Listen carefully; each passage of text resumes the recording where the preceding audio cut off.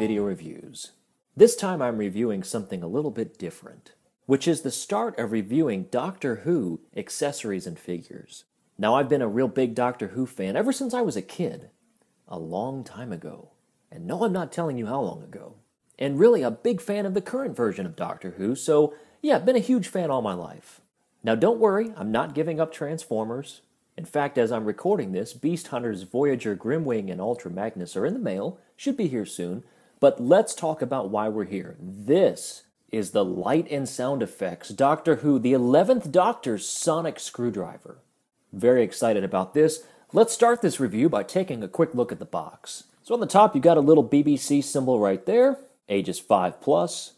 They want you to go to character-online.co.uk. Huh. Maybe someday. Spring-loaded extending action. Just don't poke your eye out. Light and sound effects. Choking hazards, small parts, not for children under 3 years old. But this says 5+. So which is it? What happens if you're 4? Perhaps the Doctor can solve this mystery. This is manufactured by Character Options Limited. Furthermore, on the back, you've got all kinds of warnings. I mean, they really stress the fact that this isn't for kids because it comes with these little tiny batteries. And you don't want your kid swallowing these things. It could be very, very dangerous. So parents, be careful out there. They want you to recycle. It's a product of Underground Toys. You need an actual screwdriver to insert batteries into your sonic screwdriver. Think about that. And a barcode, some fine print, nothing on the bottom. So actually, that's the box. Let's get to why we're here. So here is the 11th Doctor screwdriver. And these things have varied over the years. Each Doctor kind of reinvents his sonic screwdriver. You could sort of compare that maybe to a lightsaber, to where each of the Jedi and Sith construct their own lightsabers. Well, each Doctor, each version of the Doctor, constructs his own sonic screwdriver. This happens to be the actor Mэтт Smit. He's the 11th Doctor's sonic screwdriver. And there's quite a bit of detail on this. Let's take a look up close. What you have is a translucent green emitter. It's made of plastic. The whole thing actually feels real light. There's no metal here outside of screws. So this is very plasticky. It's light in the hand, feels a bit hollow. In fact, sounds a bit hollow. You have painted silver on the top. You have painted silver right here. This is plastic as well. Looks like it's metal, but it's really not. You have the copper-colored plastic in here. Copper ring. What looks like almost could be a leather type deal right here is, nope, more plastic. You got a real shiny feeling white plastic here. More copper paint. And a copper on the bottom.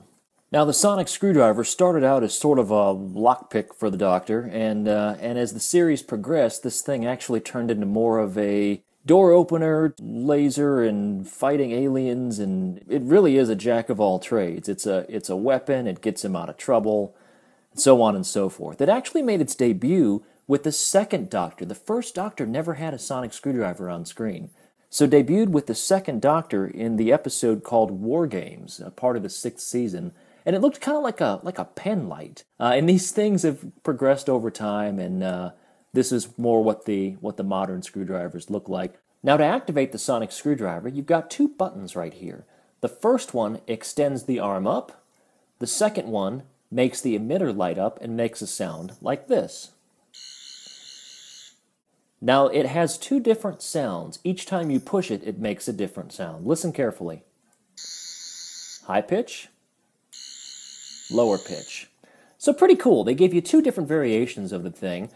If I had a wish list, it would have been that it might have fluctuated between the high and the low, or started low and gotten high, but as is, it's a nice enough touch.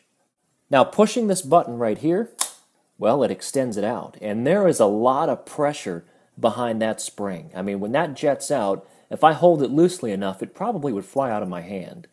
But this is after he generally uses the sonic screwdriver and takes a look at the tip and reads the readings, even though there are none. But, play along. It's fine. Now, bit of a design issue here. The button to make the emitter light up is right here. When I extend this arm, the button moves away from the button that I would press to make that thing light up. So you would think, uh-oh, now how am I going to make this thing go off? Well, what the designers actually did is they have a switch in the back. You take this handle, and you open it up just like that. You've got a red button. Don't push the red button. Actually, sure, let's do that.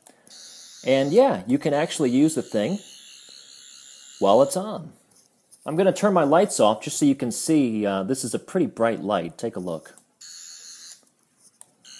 I don't know how well that's coming across, but it's actually a very, very bright light. Very nice. Now, to change the batteries in this thing, relatively simple. All you do is you hold it like this so that you're holding on to this copper part and this whole base, and you turn it counterclockwise.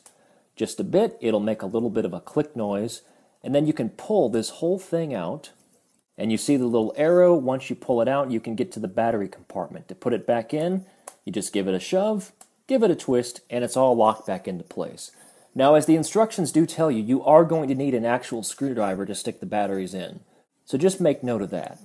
Now, another kind of a bummer, even though it may be more show accurate, is there's no light on the inside. Now, you can clearly see through it here, but as you're pushing the button, there's nothing else that lights up, just the very tip of the emitter, which is fine.